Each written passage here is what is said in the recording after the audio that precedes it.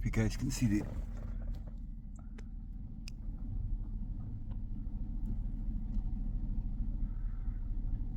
elk back in there.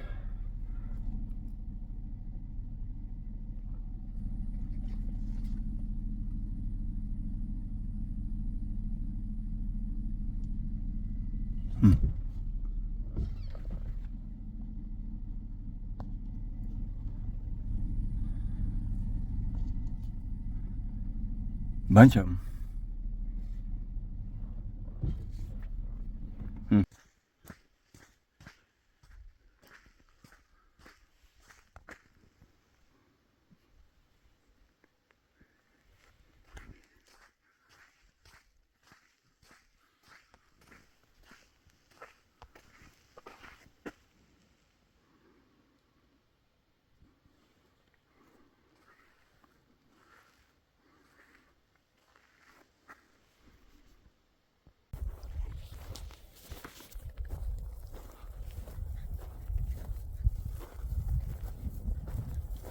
I was driving along on this road out here, and I noticed some kind of rock thing here. I just want to see what's going on here. It's probably modern or something, I don't know, but I want to see it. What's going on here? There's a tower there too. I mean, a culvert or something stuck in the ground. Oh, this is kind of neat.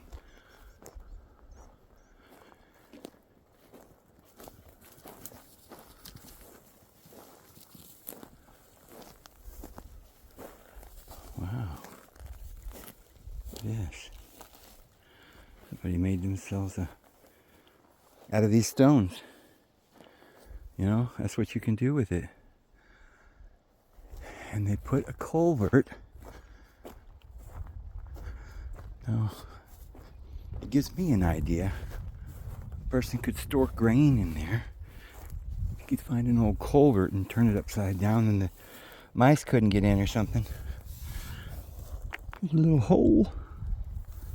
Beaky hole. Oh, here's a door. What is this?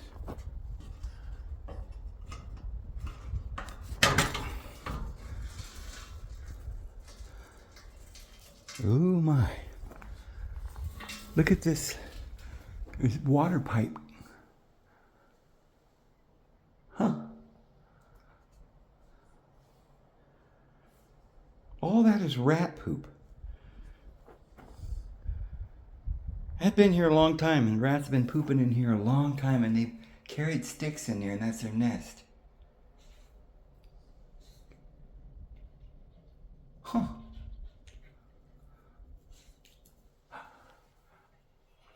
I guess the water is up in the top.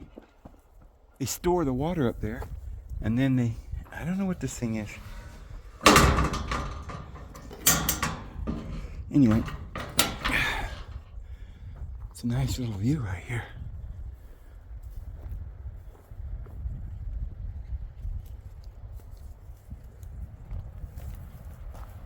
I'm Barry.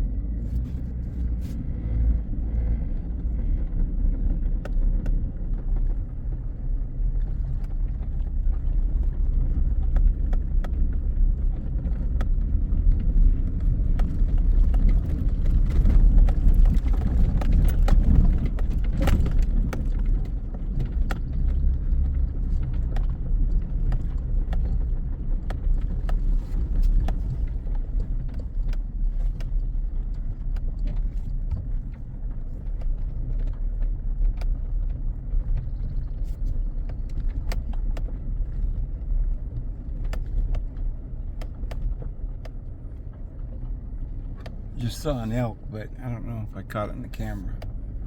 took off that way.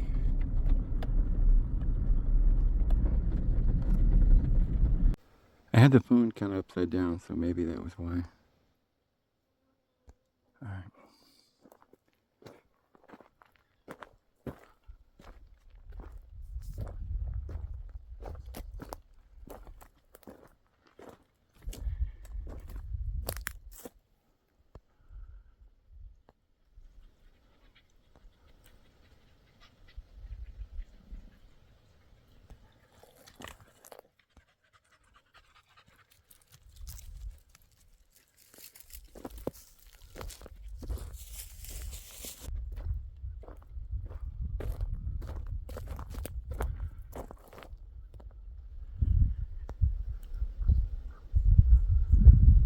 Way over there.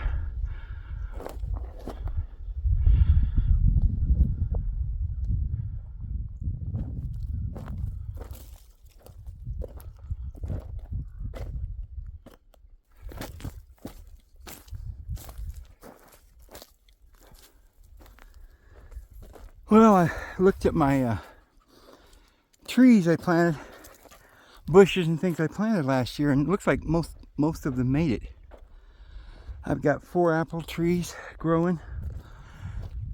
They're still hanging on. They're still coming back. The leaves are coming. I got an almond. I got 2 or 3 pears. I don't know how many. I got 4 or more. It's either 4 or 5 mulberry bushes. I think those are neat because they're trees, mulberry trees. Because they're better than like raspberries. But there's like billions of them on a tree. The trees get huge. I don't know whether they get that big around here because of the sand. No, not a real good soil, but I'll fertilize them. I've got my cherry tree is doing good, and it's about 6 feet tall. I should get some cherries. Might get some cherries on that. I've got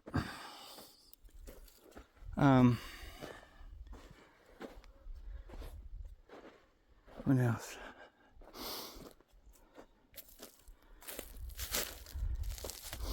I had planted some pecan, but they didn't make it. But I knew that last year. They didn't make it. I don't know why.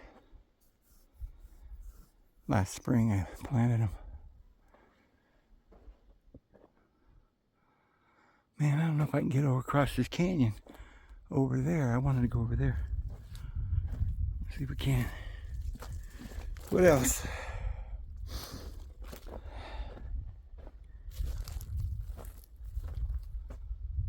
I don't even remember. I got like 2 lilac bushes. They're blooming right now almost. They're not, no flowers bloomed yet, but their little buds are coming on, about to bloom.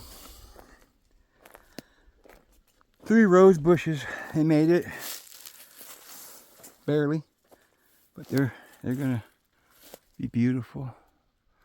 I think I've got like a grape and a grapevine and a raspberry, something. There's something else I grew, but I forgot what it was. I mean, I see it planted, but I don't remember what I planted.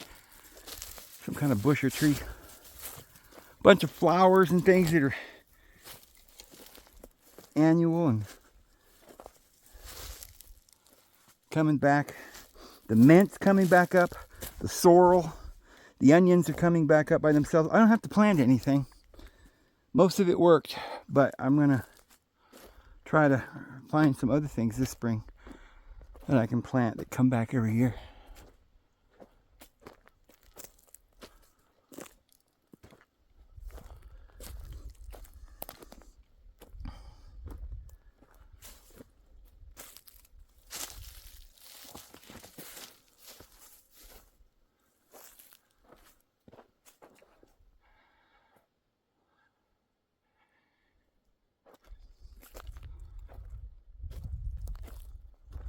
Nice little trail right here. Walk up the canyon maybe.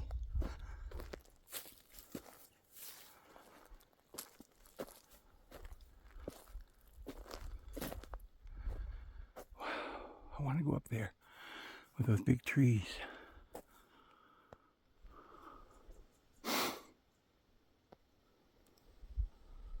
Wish I could see in this screen, but it's just the sun makes a glare and I can't see anything.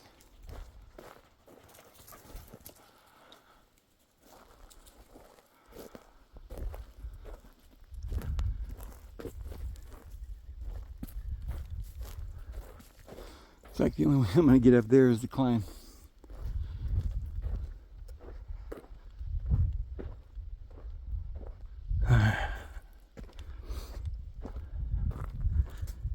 I'm not real strong today. I've been fasting about 48 hours and I don't have all my strength.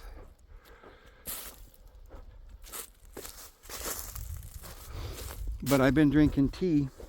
Well, I didn't drink anything, but this morning I had this revelation in my head. I thought, what about oregano? Could you make tea out of oregano? Because I have it, in the kitchen. I use it on my food. I love oregano.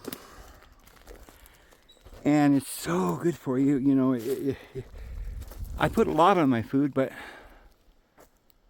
I was like, okay, I could put like a whole tablespoon, make a cup of tea out of it, and would it taste good? And is that something people do? I had never heard of oregano tea. And I looked it up this morning before I made it. And they said, yeah, you can make oregano tea. It's really good, and it's so good for you. It's antiviral, cures viruses, bacterial infections, fungus. I mean, it's one of the best things in the world, and it's anti-inflammatory, and it helps with diabetes. If you have diabetes, it makes it less, resistant or whatever they call it. There's just on and on these things. Digestion and stuff. But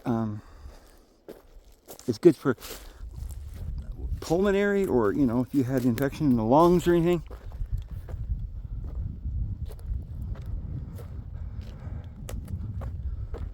I've been laying off the pot for a while because it was kind of making me tired. You get to doing things and you need a break from things, You don't want to do that every day. And it's really good to fast because I've been learning some things about fasting. What is this? Big old rock. I've always known fasting had to be good, and just common sense says it's good to get rid of everything out of your stomach. And give your organs a break so they don't have to digest, and they don't have to. A lot of things that they claim they know now, these metabolic processes and all this stuff.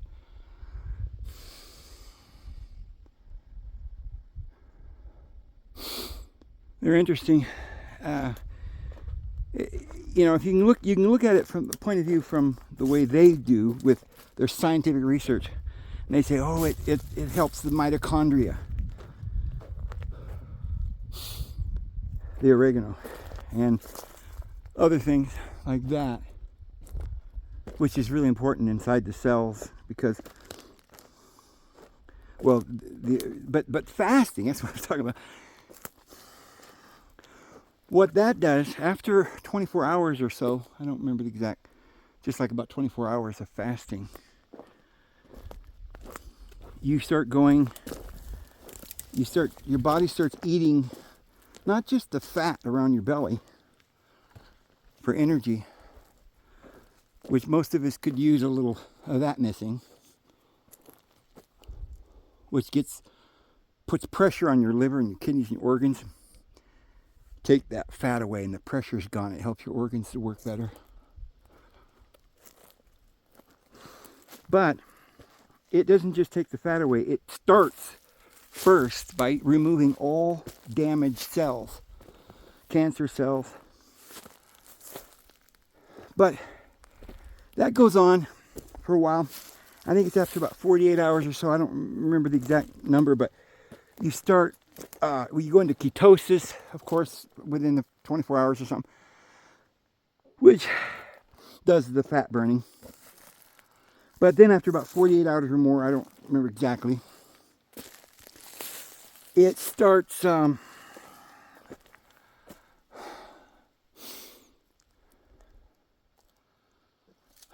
did they say?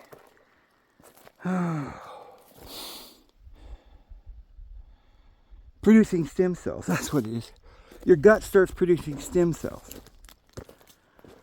And anywhere in your body there's anything wrong, they immediately start sending stem cells.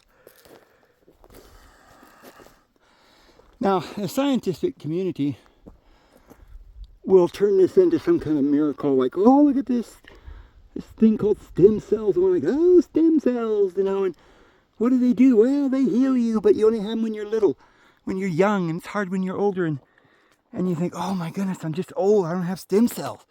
That's not it. I don't believe that. I think stem cells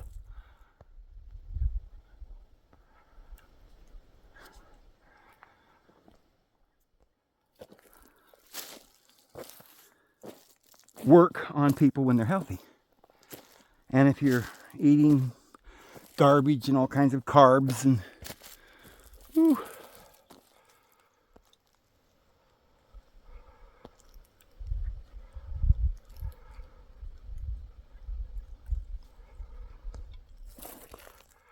and you get too much fat and your liver's overworking, and you know, same with liver damage. I don't believe in that.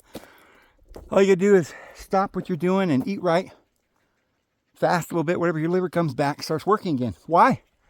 Because everything heals. Cut your finger, it'll heal the next day. It starts to make a scab, and then pretty soon it's gone. Same within your body. You were to get a heart attack, you might have a tear or a rip in your artery or something, cause a lot of discomfort, and if you didn't do something immediately, you'd probably die. But if you look back on your life over the last several months before that, you'd find you were doing something, drugs or just, you know, bad lifestyle in some way or another.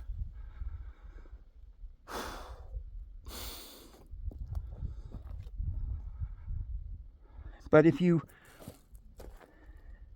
don't die within that second or so, and I think the only people that really just up and die are people who've been on some kind of medications or serious drugs or something. I don't believe healthy people just up and die.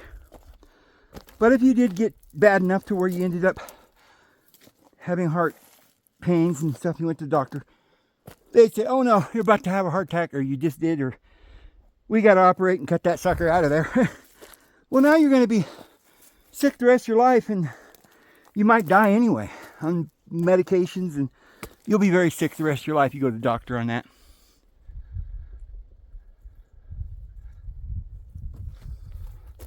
I'm going slow, guys, because I don't have a lot of energy today. Oh my goodness.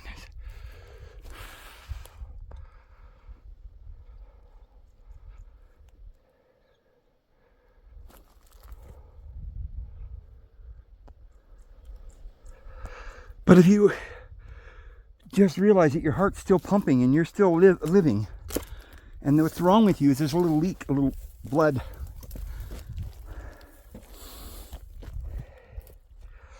And so if you rest,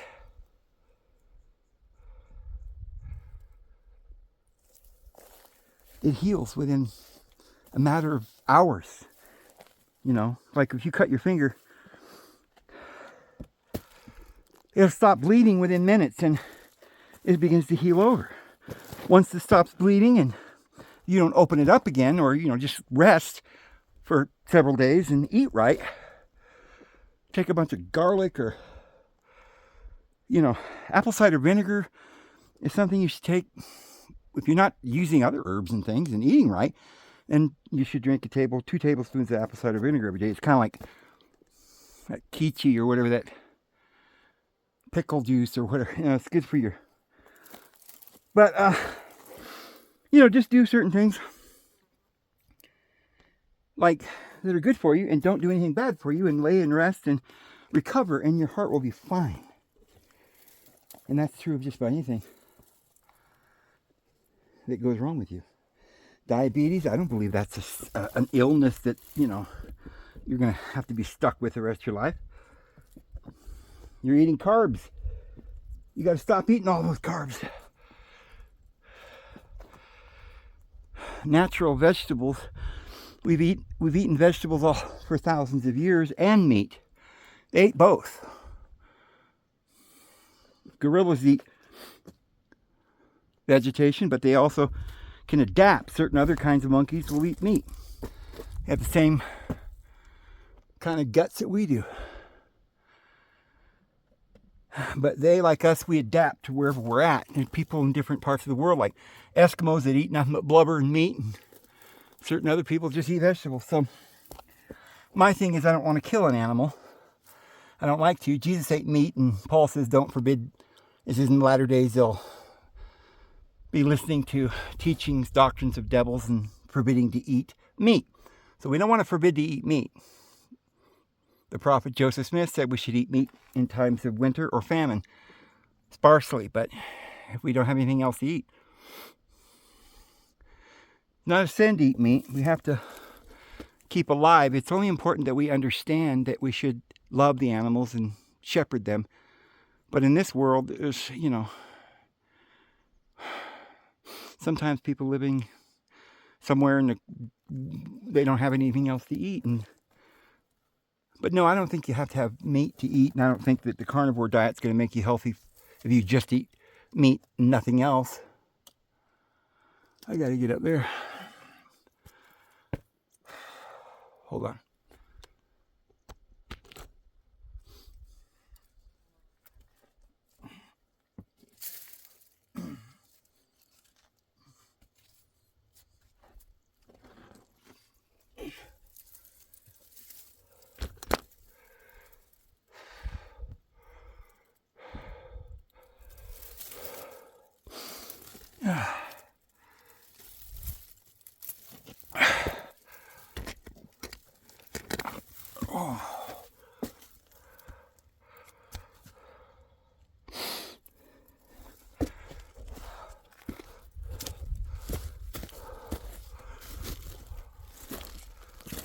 Oh, this is what I wanted to see. Whew.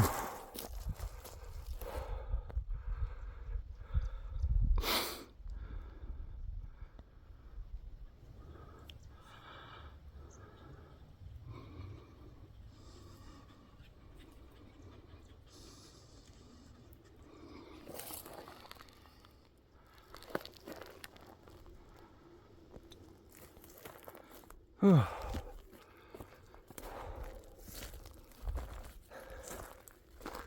I think we need the phytochemicals and the things that are in the vegetables. What's that white thing over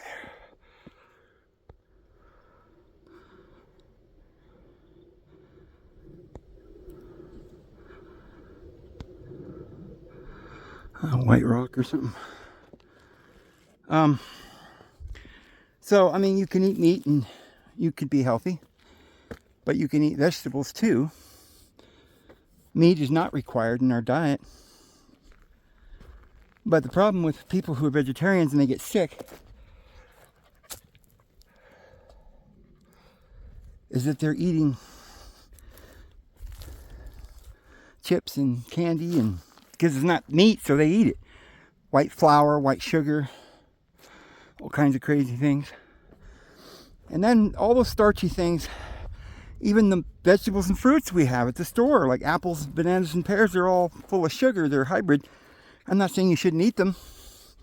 I wouldn't worry about what you eat as long as it's natural and this grows on the tree. Really. But, and in fact, sometimes, if you think about it, they had to hybrid some of the fruits and vegetables. I mean, you go out in the wild and you just try to eat like acorns, you've got to process them. They have to be blanched or cooked or something before you can eat them. You got to get the tannins out of them. And beans have to be cooked. They've got lectins, and so you got all these doctors and people are saying, oh, vegetables are bad for you because they got all these things, and you know what you call phytochemicals or polyphenols or whatever. We say it's poison, right? It's not good for you. Well, see, that's not true, because people that are healthy can digest lectins. I ate beans all my life, and my body loves it. Animals eat these things. We can eat them, but we're not in the wild, and we've ruined our guts. We don't have the right bacteria. We can't. If we eat for instance, there's a lot of foods that they say you can't eat. It's got this in it. Well, what they don't tell you is it's also got something else in it that helps you digest that. So there's fiber and there's all kinds of other things. So you can handle the sugar in an apple because there's a lot of fiber. Oh gosh, I don't think I'm going to go over there today because I'm just tired. But next time I'm coming up here, I'm going to go see those white cliffs. I love these white bluffs and cliffs. Oh my goodness. That's where I'm going next. I don't think I'll get there today. Oh man, I might be able to go around the edge here and look down on them. But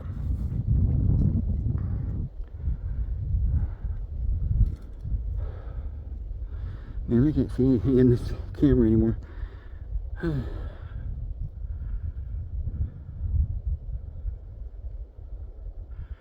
Anywho, so we've been eating meat and we've been eating vegetables, and there are, originally I don't think we ate meat, but Jesus said we should eat fish.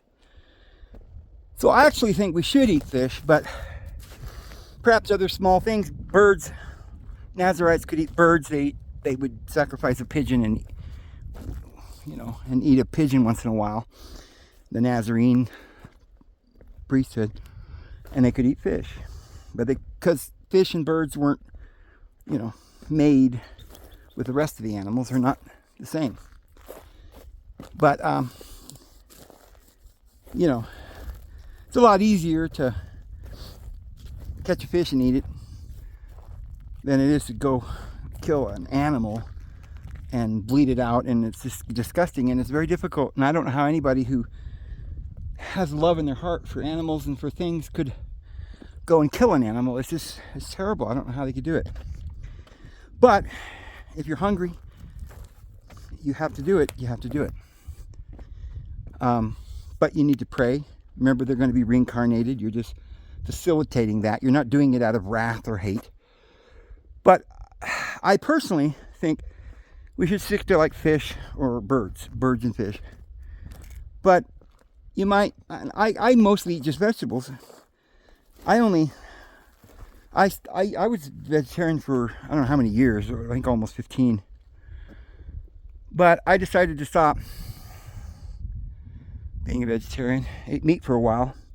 Now I hardly eat it at all, but I realize, because the scripture says don't forbid to eat meat, so I realize I can't just, go around telling everybody it's wrong, you shouldn't eat meat. So if I'm, if I were with my daughter and they went out to eat and they wanted me to have a good time and what they were serving was meat, I'd probably eat it.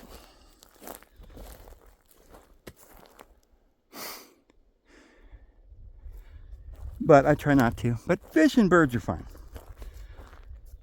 Especially fish. But then you have to think about the other moral situation is, remember in the days of Paul, they were talking about whether it was sold in the meat market, and maybe it came from a sacrifice.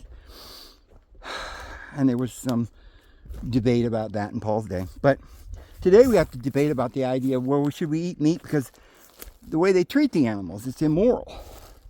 We'd have to have our own farm. Well, maybe we should. But even then, if I'm going to have a farm, you might as well grow vegetables, right? If it's something you have the power over. And I think the vegetables have these phytochemicals that are actually good for you. Lectins, oxalates in the spinach. You can't just eat spinach. You got to cook it. If you eat a lot of it, you need to cook it or at least blanch it. You can't serve spinach to babies. It'll kill them. There's a lot of nitrogen in it. There's too much nitrogen. You can't process that much, and oxalates. And so a lot of vegetables have to be processed. This answers another question. Should we be A lot of, oh, I can't get through that. That's in my way. I can go over it.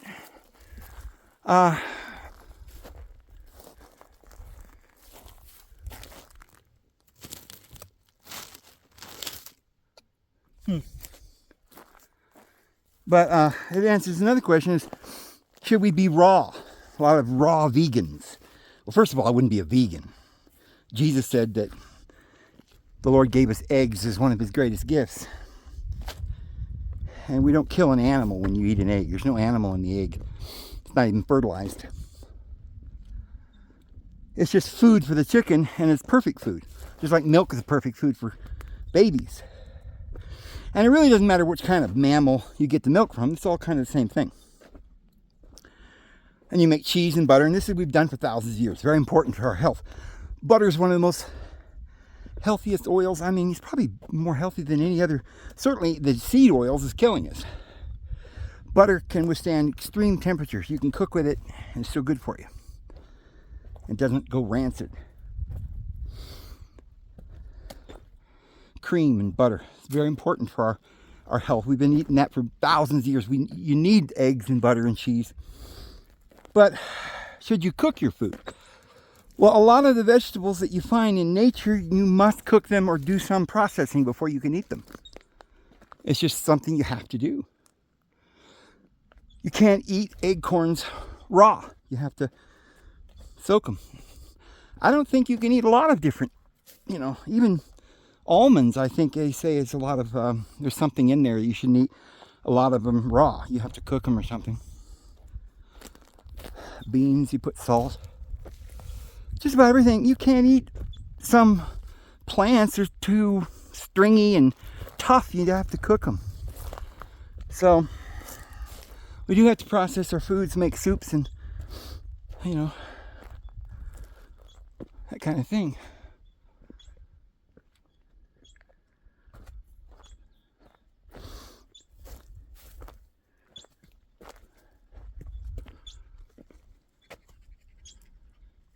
I hear you, but where are you?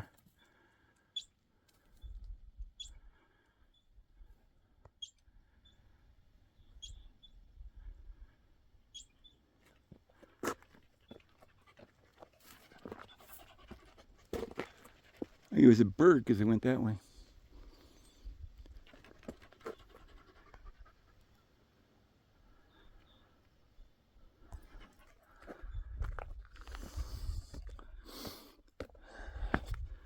So, I mean, you're not sinning if you have a little bacon with your eggs once in a while, or, eat your fish and potatoes and stuff.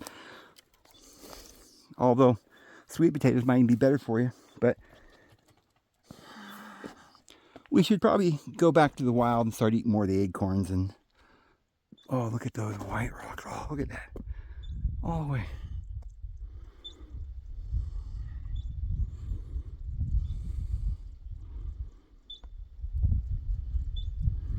I'd like to zoom down there and see what that is. Looks like a cave down there, like a big cave.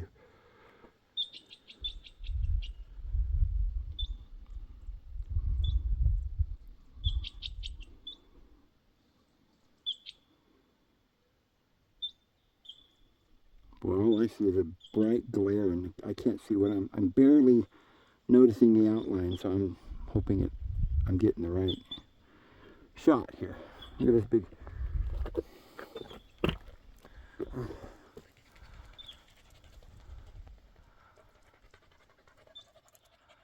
Huh.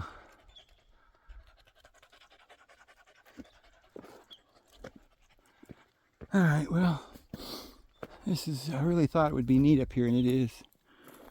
I just love it around here.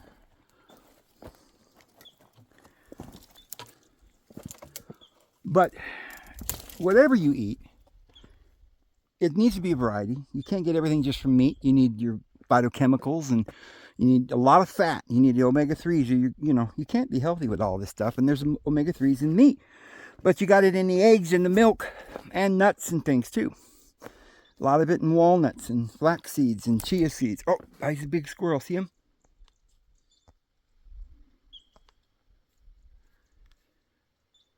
I can't see in the camera. I'm still getting him, but there he is. Beautiful squirrels. But you know, it's like the mice and the rats. You see, they're beautiful animals. You shouldn't kill them, but man, they're a nuisance when you're out in the country. They come in, want to live in your house, and they can give you disease. Serious disease. That movie star and his wife in Santa Fe, she died of it a few weeks ago. Hantavirus. And it kills people. But see, again, I don't necessarily think it does kill people that are healthy, but people that aren't healthy, that have been living off of starchy, store-bought preservatives and things like that, yeah, your immune system's so low you can't survive something like that. Healthy people probably can survive being around mice. Hey, you're getting too close there, buddy. What are you doing? You ain't got no scare factor in you? It didn't bother you? You just walk right up to that edge. You're crazy. Crazy Daisy. And that'd change your name to Daisy. Crazy Daisy. Wow, look at that. Isn't that beautiful? But, yeah, you know, so if you lived, let's say you weren't real healthy, you're just a normal American, and you move out in the country and you get a bunch of mice and they're coming into your house, well, you can do a lot of things like put all your food in a plastic container or whatever, but, you know, certain places like out here, there are lots of mice. Now, I've got a friend out here that captures them and then takes them out and lets them go because he doesn't want to kill them. But sometimes there's so many of them, it's like, it's either them or us. You know, like if you had children and the kids were playing on the floor and they're dropping little droppings in the corner somewhere in the wall and you're breathing it. Let's say they go into your vents, these mice, and they make nests and they poop in your vents, and then you got your heater, you turn it on and you're breathing hantaviruses all night. You have to do, you know, like spiders and snakes and things like that. We have to get rid of them. And we have to understand, we have to be grown-ups and understand that animals sometimes have to be culled. They get too many of them, and they begin, you know.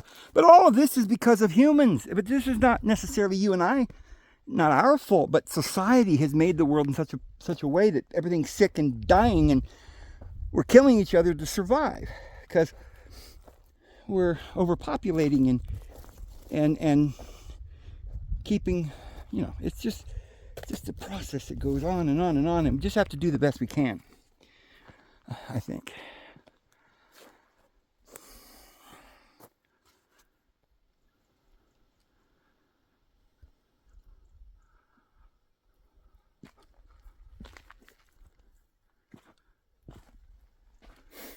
These rocks just pop off and then just fall one by one. They make the ridge go back further, and we jump up on here and just assume they're not going to fall over when we're standing on them. This whole rock looks like it could just fall.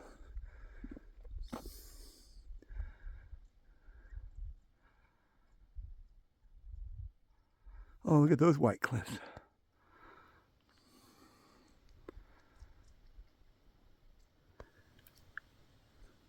See, one layer is white, and then there's another red layer in different colors. That's why they call where I live Candy Kitchen.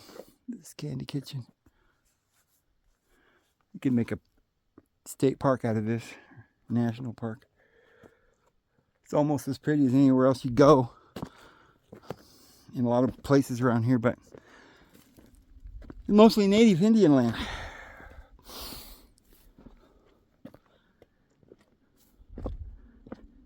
But, so polyphenols and stuff like that, they're not poisons. But if you get too many of them, they might be. If you don't have the gut that's able to digest them. Perhaps if we ate them every day, we'd get a lot more used to them. We could eat. But then again, maybe we're supposed to just cook a lot of this stuff, you know. So, the idea that we're back in Eden right now and we just need to eat raw vegetables, it's not possible to do that your entire life. If you're out in the wild, maybe if you're rich and you can afford to buy a farm and grow certain kind, you know, there might be certain vegetables like hybrid vegetables, but you're kind of cheating there. Because if you went out and tried to eat only wild natural back to Eden vegetables, they might not be digestible completely if you only ate them. And we're not talking about potatoes. We're talking about eating roots like yucca roots. You can eat them, but you got to boil them and mash them and bake them. And, you know, you just don't need to go up to a yucca plant and rip off a piece and eat it.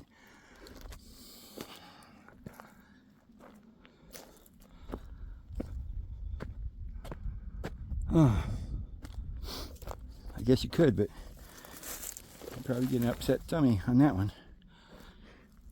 That's a yucca right there, see? And these are good for these strings. You pull them.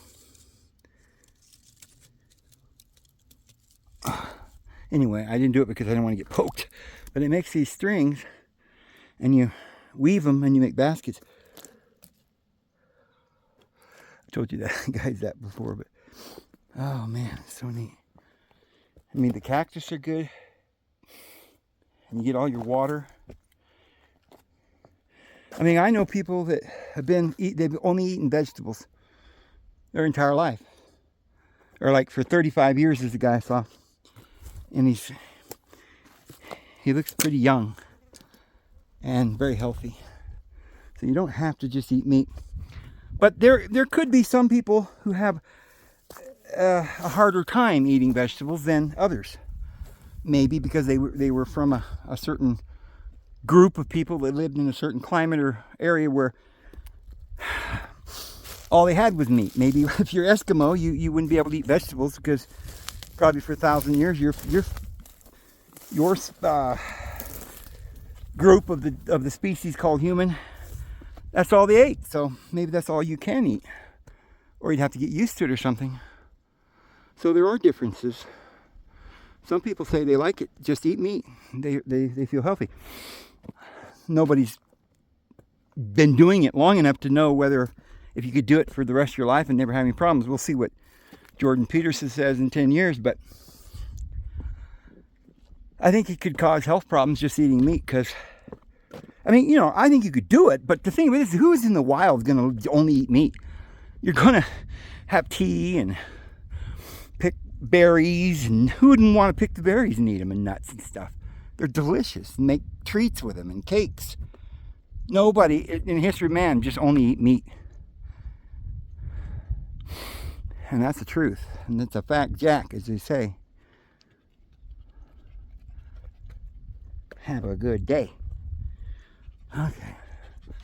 Wow, it's just so beautiful. I can't even believe where I'm at and what the Lord has done. I mean, it's like even everything the Lord does is just so amazing, because the other day I was like, why, Lord, did you let my phone get broken? And not only was it broken and black and I couldn't see anything, but for like 2 or 3 weeks before that, it was all lines going through it, and it was, going out. But I could no longer get service for the past, I don't know how many months. I just couldn't even get online. I couldn't, anybody who phoned me, they'd just drop the call, wouldn't be able to even talk to anybody. And I certainly, I had to stand on my head with one arm in the air and make sure it's not touching me, because I guess I was magnetic or something. And it was really frustrating me, and I prayed about it. And I said, Lord, I don't understand. I know that you want me, that you've asked me to do these videos, and I need the phone. And you always, I trust everything you're doing, but man, what is going on here? Why? I don't got any service. Do something, please. Could you do a miracle and give me service? I don't know how. Just snap your magic wand and give me service out here, so I can have, do my videos and things, and have my phone. And it's so important. And I forgot about it, that prayer, I guess, after a few days. And I hadn't, been thinking about it. And then all of a sudden my phone broke, and I was like, Lord, why? I just asked you to fix it, and now it's broken. Well, it dawned on me after I got this fixed that I would never have gone down and had it fixed. I wouldn't have taken it in anywhere. I would have just lived with it. So the Lord let it break, I guess. It only took about a week or so, and then I had to take it in. And now guess what? I have signal. And it, and I don't even think it was because it was broke. I think it might have had, I don't know, but the phone works better than it's ever worked before, in the sense that I have a signal, a clear signal. My phone calls don't get dropped or anything now. I can just sit down in the cabin and turn it on and go watch a YouTube video, which is just crazy.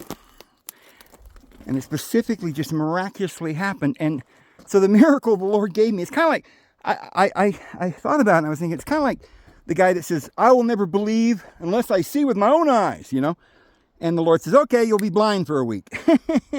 And they're like, I can't see. Well, there's your miracle.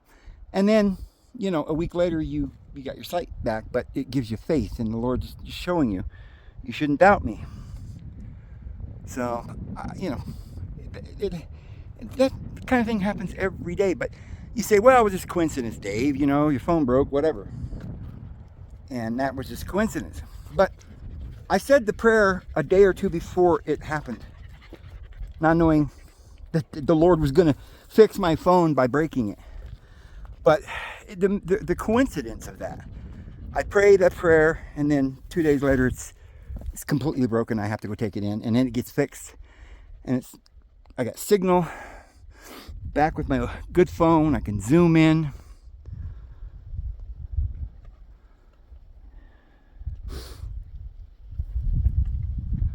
Anyhow, what a beautiful, beautiful place. I better head back. Looks like it's just more rocks like these all the way along. So let's go back this way. That's a big pile of dinosaur poop that was petrified, right?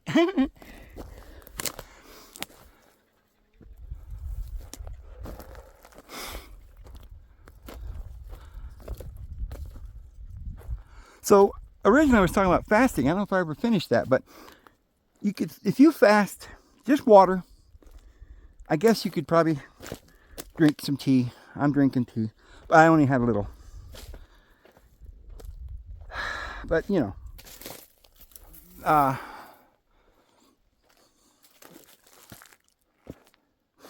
you fast 24 hours, you're going to start eating up cancer cells and healing yourself. So if you got cancer, you might fast for a few days, get some of those cancer cells out of there. And I would recommend like 2 or 3 weeks of fasting if you got cancer or something like that. Because not only are you killing the cancer cells, because you're going into ketosis, but you're making stem cells, which immediately go to wherever in your body you need them, and it heals you. And it's not some crazy, like, oh, it's some process is so amazing, only scientists know this. You don't have to know that to know that if you eat vegetables, teas, and you're not a glutton, and you let your liver rest, and you fast once in a while, that you're going to heal. You don't need to know the process, but that's the process. That's what happens. Is that petrified wood? I think it is. It is. And I've never seen any around here. It's all this sandstone or lava and stuff in some places, but that's, I wish I could take it back with me, but it's so heavy. No, it's not that heavy, but I'm pretty sure that's petrified wood. You can see the grain. I'm not sure. I mean, it's real heavy. It's not sandstone's light, but this is like real heavy. So that's the first time. Huh. Makes you wonder if there's more of it around here. Because where there's petrified wood, a lot of times there's petrified bones and things too.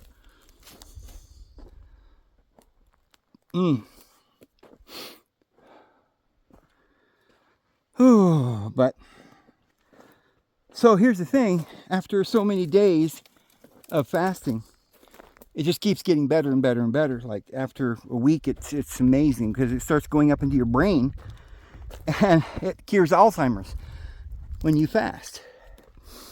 And you say, I knew somebody that fasted once and they didn't get cured.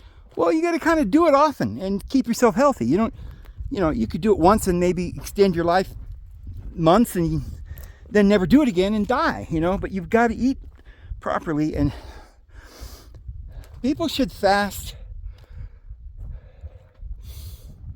at least once a week or something, or at least once a month, maybe 2 or 3 days every month or something, to cleanse their body. And I can't get out of here, it's all surrounded by trees. And it teaches us discipline. And the thing about it is this food is so delicious. And it really is. There's, let's be honest. It's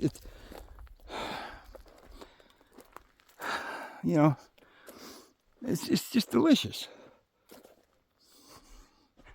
And so we get to where we don't even appreciate the food anymore. We're just gobbling it down like a glutton. And it's important, I think, to train ourselves. And after you get done fasting for a while, man, that first meal's so good. Abstinence is good for the soul and for the body, which I think is kind of a rule of thumb. Everything's good for the soul and the body whenever you do it, if it's good for you. It's got two effects, and for the mind, the body, and the soul. So if you fast for like 3 or 4 days, it starts going past the blood-brain barrier or whatever, and it starts curing Alzheimer's. It starts repairing the core of your brain. And it repairs your liver, and it repairs your heart, and it repairs everything. So if you didn't just do it once in your life, as there I did it, didn't cure me. But if you did it regularly and ate properly, you would never get any of these diseases at all. And I guarantee that. I guarantee it. I guarantee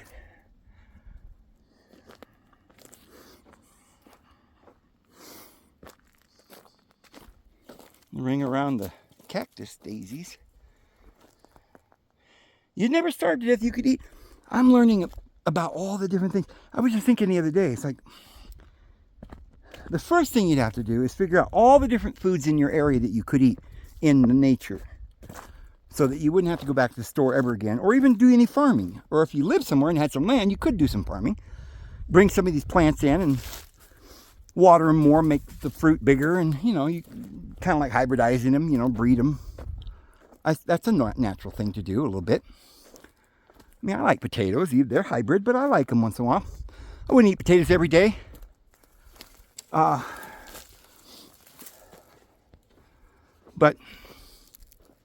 so I was thinking the first thing you have to do is in your area find out learn, and it may take you months and years.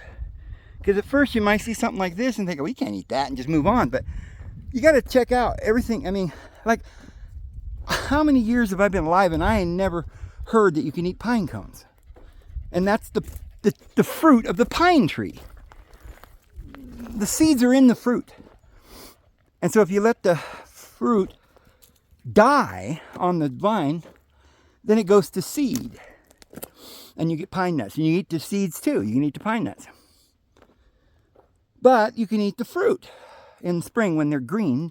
You just eat the pine cones. You can boil them, soups, roast them.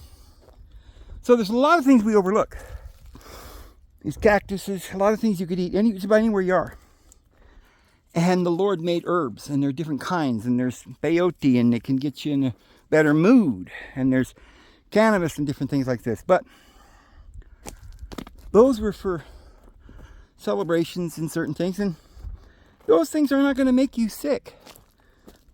The things that are going to make you sick is the chemicals they're giving you, the pharma company. But you don't want to do anything to excess. That's weird, huh? There's a big one there. Junk taken out of it. But the second thing you'd have to do, and this is the hard part. You think the first part's hard, trying to figure out all the things that you got to eat that you could eat around where you live. And get them all so you know. And how to cook them and how to eat them. But the second thing that might even be harder is get yourself to a place where you can eat those things. You'll find that if you switch your diet to things like that, you'll become accustomed to them and you'll like them. and you'll know how to cook them, and you'll know, just like any food we eat now, we know how to cook it, right? You've seen a cow out in the field, you're like, I ain't gonna eat that. But now you go to a chef and he cooks it right and makes mashed potatoes and gravy and stuffing and all that stuff. It's delicious. Well, all these secrets are in nature. You got to learn how to make them. You can probably make all kinds of recipes out of the foods right around where you live, and then begin to develop a taste for them. And desire it, and habits have to overcome. Man, that's hard. You probably have to get completely out of the world, out of society, and not even be tempted by fast food or markets or anything like that. So this is going to be a long process for anybody who wants to do this right. You need to buy yourself some land right off the bat.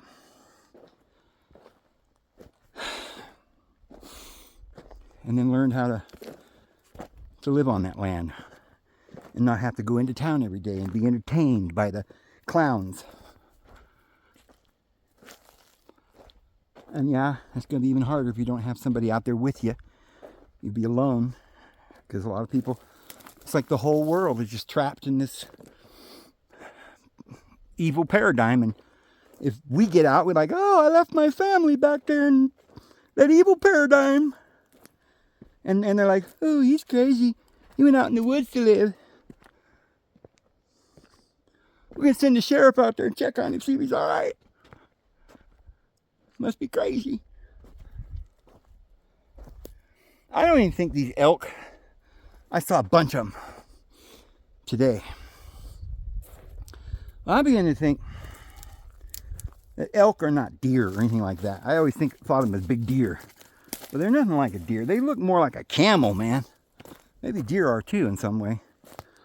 These elk have big necks, long necks like a camel, or more like a llama or something. Or I think they're kind of like llamas, camels. They might be related. I believe they are, but I bet if you looked it up, they'd say no. It's like they don't know what they're... You can just look at them and see they're related. You look at a moose and you can see it's kind of related to a horse or something. One day they took a moose and bred it a little bit and made a pet out of it and then started riding it or something. You know, up in Scandinavia, they ride reindeer. My Santa uses them, right? Guide his sled. He loves old Rudolph. Oh man, I'm trying to go over there and there's so much brush right in here. I gotta keep going around and around. We're in a little bit of bramble, and that's hard to do around here. It's usually you can walk just by anywhere around here. That's why I like it better than Idaho, because Idaho is all brush and or just so many trees you can't see for the trees. I like the views, you know. And these trees, I kind of like them better anyway, because there's a lot of big, twisty, gnarly trees. I just love them. Kind of miss the big cedars and stuff Idaho had, and tamarack we don't have around here, but I could do without the snow that they get up there. All right, we're going to the edge, but we can't seem to get over there. Wandering around here. Oh.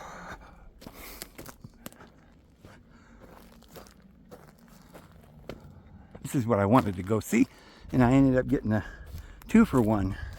I saw the White Cliffs, but here's the little Ponderosa forest. I love it. I think it's one of my favorite trees. Oak trees and ponderosas, and they're all right here. Oak trees and ponderosas. I like the manzanita that they have in California, but we got bushes that are similar.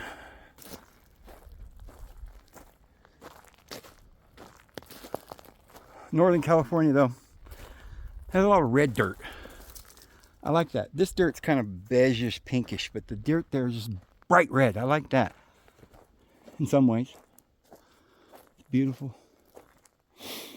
All right, here's a cliff. We'll have to find our way off this cliff and back down. Huh.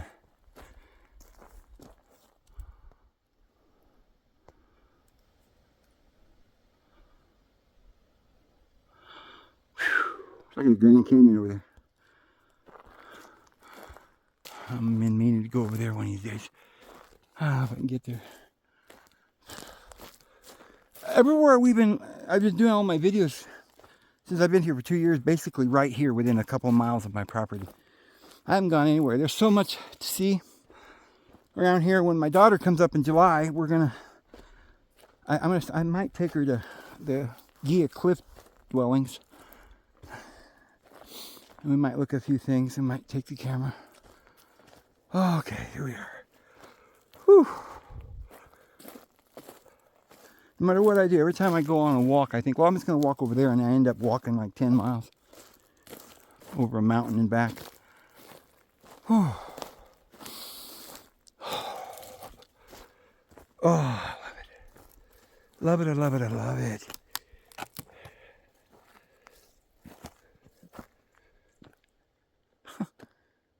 It is so beautiful. Holy moly woolies.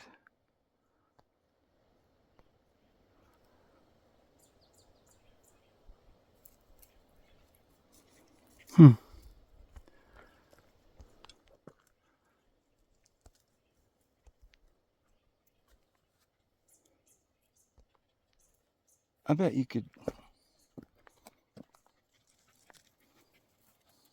You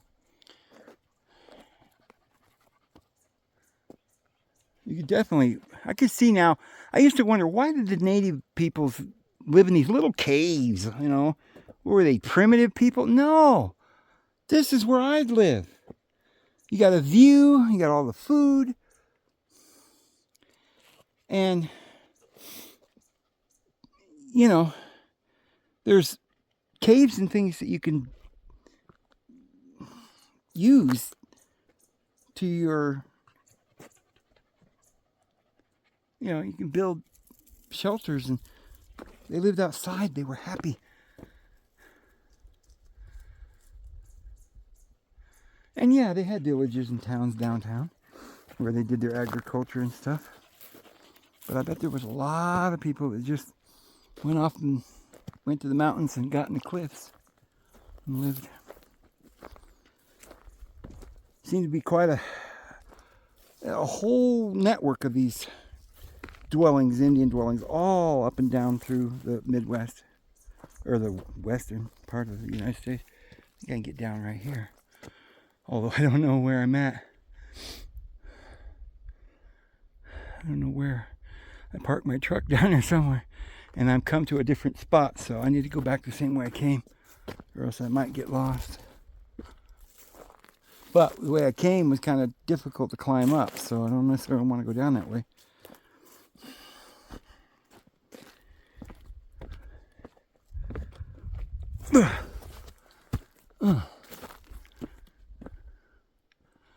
Oh yeah, we're basically in the same spot though. I can get down here, probably. Oh, there went a squirrel.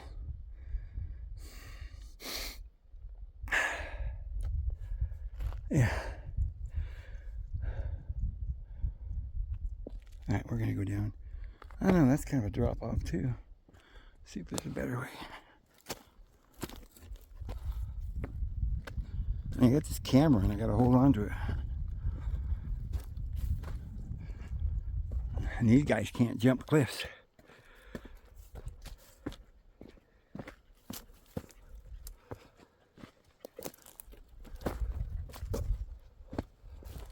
That's where I come up.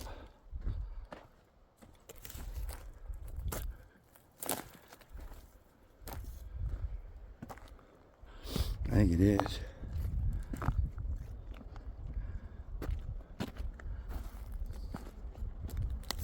Maybe I can get down through here. Not really.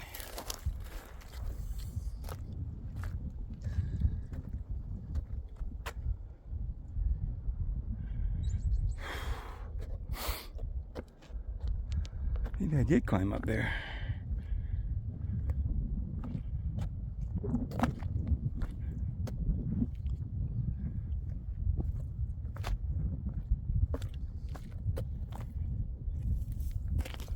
Yeah, I could probably do that. All right.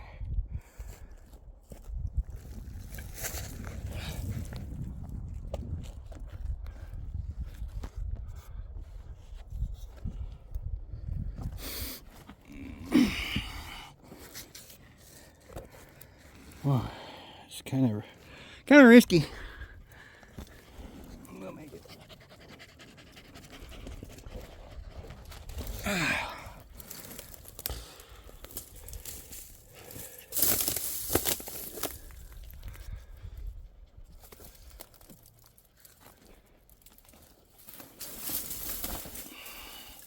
You guys got to go around or whatever. Can you get down? Can you get down? Come on. We're going down.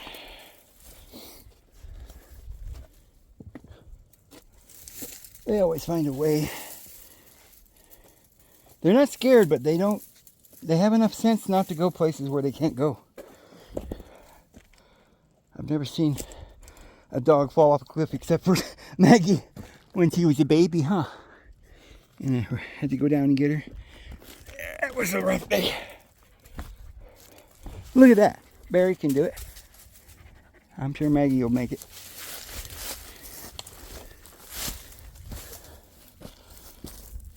Whew.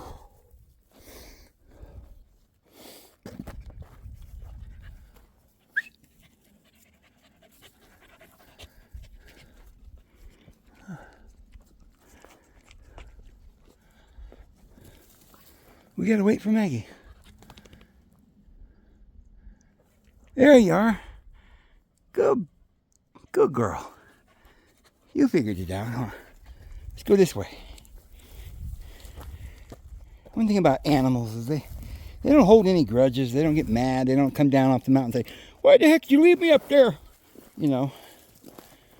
They're just like, I made it. Let's go.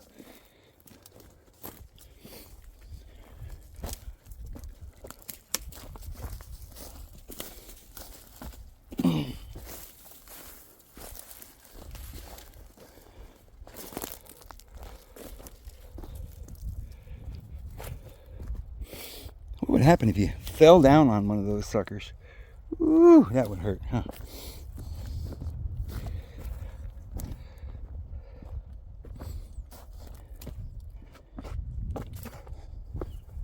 Oh man, there's always wild goose chases. Go around. You end up going a mile out of your way going around.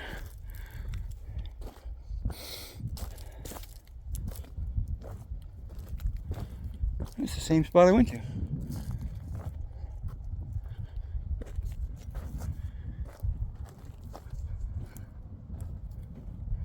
we go this way. Oh, those things. Those will poke you too. If you fell on that, I don't know, it might kill you. Pierce you right through probably. I've thought about that before too. It's a wonder you never hear about anybody falling on a yucca plant and dying.